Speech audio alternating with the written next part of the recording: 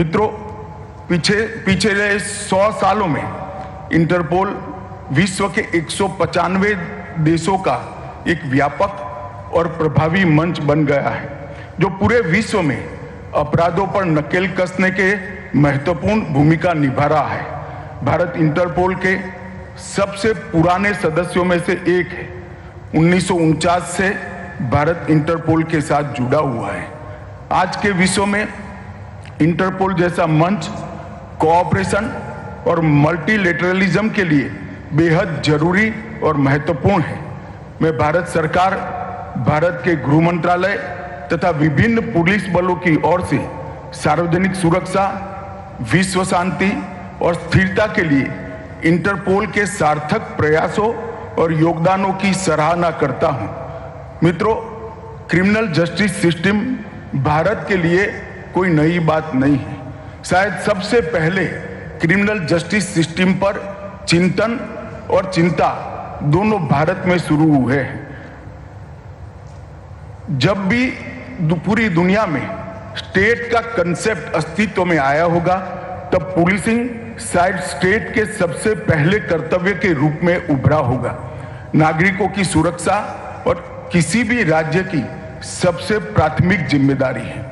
हमारे भारतीय विचार में न्यायशास्त्र और दंड नीति पर गहरा चिंतन उपलब्ध है। हजारों वर्ष पूर्व रामायण में तथा विदुर, शुक्राचार्य, चाणक्य, थिरुकुरल आदि ने अपने विचारों पर amicable justice and due punishment के सिद्धांत को स्वीकार किया है। महाभारत के शांति पर्व में अध्याय 15 में एक श्लोक है जिसका अर्थ है, अपराधियों को नियंत्रण में रखने के लिए न्याय की व्यवस्था हर प्रभावी एवं सफल शासकीय तंत्र का महत्वपूर्ण अंग होती है। न्याय ही है जो समाज में सुशासन सुनिश्चित करता है। न्याय अगर रात्रि के समय में भी जागता है, तभी नागरिक और समाज निर्भीक होते हैं और एक अच्छे समाज का निर्माण होता है। अभी अभी पिछले 8 साल में प्रधानमंत्री मोदी जी के नेतृत्व में भारत सरकार यह सुनिश्चित करने के लिए निरंतर आवश्यक कदम उठा रही है कि हमारा पुलिस बल किसी भी चुनौती का सामना करने के लिए तैयार रहे। भविष्य की चुनौतियों के समाधान के लिए भारत सरकार ने हाल ही में कई नए इनिशिएटिव लिए हैं। जैसे भारत सरकार ने नेशनल फॉरेंसिक साइंस यूनिवर्सिटी का गठन किया है। ICGS के रूप में क्रिमिनल जस्टिस के मुख्य स्तंभ अर्थात ई कोर्ट, ई प्रिजन, ई फॉरेंसिक तथा ई प्रोसिक्यूशन को crime and criminal tracking network and system के साथ जोड़ा जा रहा है। भारत सरकार ने यह भी तय किया है कि टेररिज्म, नारकोटिक्स और इकोनॉमिक ऑफेंसिस जैसे अपराधों पर नेशनल डेटाबेस का निर्माण किया जाए। साइबर अपराध के विरुद्ध व्यापक जवाबी कार्यवाही सुनिश्चित करने हेतु भारत सरकार ने Indian cyber crime coordination centre I4C की भी स्थापना की है।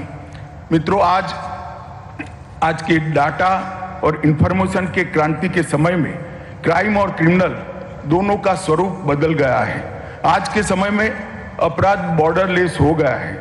अगर ऐसे अपराधों और अपराधियों को रोकना है तो कन्वेंशनल जियोग्राफिक बॉर्डर से ऊपर उठकर हमें सोचना पड़ेगा और कार्य भी करना पड़ेगा। जहां एक और अपराधी सिंडिकेट अत्याधुनिक टेक्नोलॉजी के उपयोग से अंतर्राष्ट्रीय स्तर पर साठगांठ कर काम कर रहे हैं, उसे देखते हुए मुझे कोई कारण नहीं दिख रहा कि दुनिया के देश एक दूसरे के साथ सहयोग और समन्वय न करें। हमारी पुलिस और लॉ एनफोर्समेंट एजेंसियों के सामने एक ड्यूअल चैलेंज भी है। एक तरफ तो राज्य की संप्रभुता के दायरे में हमें कानून को लागू करना है, तो दूसरी तरफ अपराध के ग्लोबल नेचर को समझकर अपराधियों का पता लगाकर न्याय की चिंता भी करनी है। इन चुनौतियों के बीच सुरक्षा एजेंसियों का काम आसान करने में इंटरपोल की भूमिका बहुत महत्वपूर्ण है और भविष्य में और ज्यादा महत्वपूर्ण होने वाली है। इस दिशा में कुछ मुद्दों पर मैं इस जनरल असेंबली का ध्यान आकर्षित करना चाहता हूं। मित्रों, टेररिज्म एक वैश्विक समस्या है और ये अत्यंत प्रासंगिक है कि आपने 2020-25 के लिए इंटरपोल के 7 वैश्विक पुलिसिंग लक्ष्यों में पहला और सबसे महत्वपूर्ण लक्ष्य रखा है टेररिज्म के खतरे का मुकाबला करना। मेरा स्पष्ट मानना है कि टेररिज्म मानव अधिकारों का सबसे बड़ा उल्लंघन है। क्रॉस बॉर्डर टेररिज्म से लड़ने के लिए अक्रॉस बॉर्डर कोऑपरेशन बहुत जरूरी है। अक्रॉस बॉर्डर कोऑपरेशन के बगैर क्रॉस बॉर्डर टेररिज्म से हम नहीं लड़ सकते हैं, जिसके लिए इंटरपोल एक सर्वोत्तम प्लेटफॉर्म है। सबसे पहले सभी देशों ने टेररिज्म और टेररिस्ट की व्याख्या पर आम सहमति बनानी पड़ेगी। अगर टेररिज्म और टेररिस्ट इसकी व्याख्या पर आम सहमति नहीं बनती है तो हम एकरूप होकर इसके सामने वैश्विक लड़ाई नहीं लड़ सकते। टेररिज्म के खिलाफ एक साथ लड़ने की प्रतिबद्धता एक और गुड टेररिज्म, बैड टेररिज्म तथा टेररिस्ट हमला छोटा या बड़ा, ये दोनों नैरेटिव एक साथ में नहीं चल सकते हैं। ऑनलाइन रेडिकलाइजेशन के द्वारा क्रॉस बॉर्डर से फैलाई जा रही टेररिज्म की आइडियोलॉजी की चुनौती पर भी हमने आम सहमति बनानी होगी। इसको पॉलिटिकल आइडियोलॉजी के रूप में हम नहीं देख सकते। ऑनलाइन रेडिकलाइजेशन के प्रचार प्रसार को, इस समस्या को हम अगर राजनीतिक समस्या मानते हैं तो टेररिज्म के खिलाफ हमारी लड़ाई आधी अधूरी रहेगी। हम सभी यह सुनिश्चित करने के लिए प्रतिबद्ध हो कि टेररिज्म के विरुद्ध प्रभावी लड़ाई दीर्घकालिक, व्यापक और सतत होनी चाहिए। भारत ग्लोबल टेररिज्म के सभी स्वरूपों से लड़ने के लिए टेक्निकल रूप से और मानव संसाधन प्रदान करने के लिए इंटरपोल के साथ काम करने के लिए प्रतिबद्ध है। ये देखा गया है कि कई देशों में इंटरपोल की नोडल एजेंसी और देश की काउंटर टेरर एजेंसी अलग अलग है। ऐसी स्थिति में टेररिज्म की चुनौती से निपटने के लिए दुनिया की सभी काउंटर टेरर एजेंसियों का एक साथ आना मुश्किल लगता है। इस दिशा में मेरा इंटरपोल से सुझाव है कि सभी सदस्य देशों की काउंटर टेररिज्म एजेंसियों के बीच real time information exchange line स्थापित करने के बारे में एक स्थायी तंत्र का विचार करना चाहिए और ये तंत्र आने वाले दिनों में टेररिज्म के खिलाफ हमारी लड़ाई को और पुख्ता करेगा, ऐसा मेरा विश्वास है। मित्रों, भारत की स्वतंत्रता के 75वें साल के मौके पर हमारे प्रधानमंत्री नरेंद्र मोदी जी ने नशा मुक्त भारत का लक्ष्य भारत के सामने रखा है। नारकोटिक्स के वैश्विक व्यापार से उभरते ट्रेंड को और नार्को टेरर जैसी चुनौतियों को देखते हुए सभी राष्ट्रों के बीच घनिष्ठ सहयोग की आवश्यकता मैं महसूस करता हूं, जैसे कि इंफॉर्मेशन और इंटेलिजेंस का आदान प्रदान करने के लिए एक प्लेटफॉर्म हो, इंटेलिजेंस आधारित संयुक्त अभियान चलाए जाए, क्षेत्रीय समुद्री सुरक्षा सहयोग हो, पारस्परिक कानूनी सहायता हो, मनी लॉन्ड्रिंग से निपटने के लिए एक प्रभावी तंत्र स्थापित किया जाए। भारत के नारकोटिक्स कंट्रोल ब्यूरो ने नारकोटिक्स की जब्ती, उन्हें नष्ट करने और केस को नतीजे तक पहुंचाने में बहुत अच्छी सफलता हासिल की है। इंटरपोल के ऑपरेशन लायन फिश और भारत के ऑपरेशन गरुड़ का जिक्र भी मैं जरूर करना चाहूंगा और ये बताना चाहूंगा कि ऑपरेशन लायन फिश में भारत में सबसे बड़ी जब्ती कर एक बड़ी सफलता हासिल की है। मेरा ये अनुरोध होगा कि सभी सदस्य देशों की एंटी नारकोटिक्स एजेंसियों के बीच real time information exchange network तथा एक विस्तृत नार्को डेटाबेस स्थापित करने में इंटरपोल ने ज्यादा काम करने की जरूरत है। मेरा ये सौभाग्य है कि आज इंटरपोल अपने शताब्दी वर्ष का उत्सव शुरू करने जा रहा है और मैं इसका साक्षी बन रहा हूं। जैसा कि मुझे बताया गया, इन 4 दिनों में दिल्ली में आपने ग्लोबल क्राइम ट्रेंड रिपोर्ट 2022 और इंटरपोल विजन 2030 पर चर्चा की है। साथ में चुस्त पुलिसिंग, मेटावर्स और साइबर थ्रेट लैंडस्केप में हो रहे बदलाव पर भी गहन चिंतन किया है। इसके अलावा इंटरपोल के आई फैमिलिया और अंतर्राष्ट्रीय बाल यौन शोषण डेटाबेस के उपयोग को बढ़ाने के लिए 2 प्रमुख प्रस्तावों को भी यहां पर पारित किया गया है।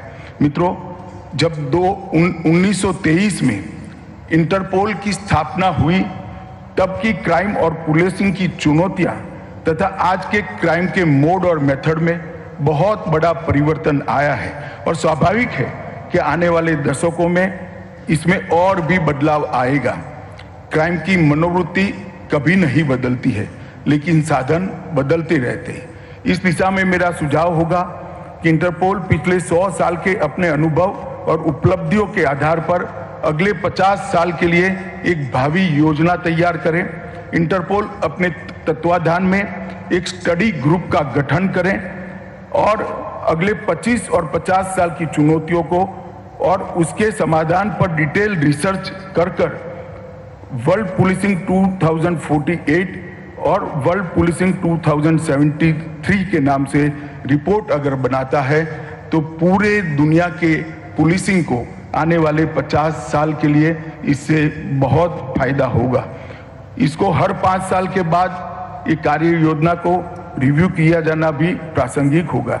मुझे विश्वास है कि ये रिसर्च अगर होता है तो सदस्य देशों की लॉ एनफोर्समेंट एजेंसी के लिए बहुत उपयोगी सिद्ध होगा। आज इस मंच से इंटरपोल के फ्लैग को ऑस्ट्रिया को सुपर्द करते हुए मुझे अत्यंत खुशी हो रही है। मैं वियना जनरल असेंबली के आयोजन के लिए अपनी ओर से और भारत की ओर से बहुत बहुत शुभकामनाएं देना चाहता हूं। अंत में मैं पुनः भारत की तरफ से अपनी प्रतिबद्धता दोहराना चाहता हूं कि भारत टेररिज्म के सभी स्वरूपों जैसे narco terror, online radicalisation, organised syndicate और मनी लॉन्ड्रिंग से निपटने के लिए सहयोगी की भूमिका में इंटरपोल के साथ काम करने के लिए प्रतिबद्ध है। इस संदर्भ में भारत एक डेडिकेटेड सेंटर या कन्वेंशन स्थापित करने और दुनिया भर की काउंटर टेरर एजेंसियां और एंटी नार्कोटिक एजेंसियों के लिए समर्पित संचार नेटवर्क शुरू करने की दिशा में इंटरपोल के सहायता के लिए भी प्रतिबद्ध है। मेजबान देश की ओर से मैं नई दिल्ली की इस इंटरपोल महासभा में भाग लेने के लिए सभी प्रतिनिधि मंडलों का धन्यवाद देता हूं। मुझे विश्वास है कि भारत की आपकी ये यात्रा, विभिन्न स्थलों का आपका दौरा और दीपावली का त्योहार आपके लिए हमेशा यादगार रहेगा। जनरल असेंबली के उत्तम आयोजन के लिए मैं इंटरपोल और सीबीआई की भी सराहना करता हूं। मैं सभी को सुखद और सुरक्षित अपने देश वापस पहुंचने की मंगल कामना कर मेरी बात को समाप्त करता हूं। वंदे मातरम। धन्यवाद।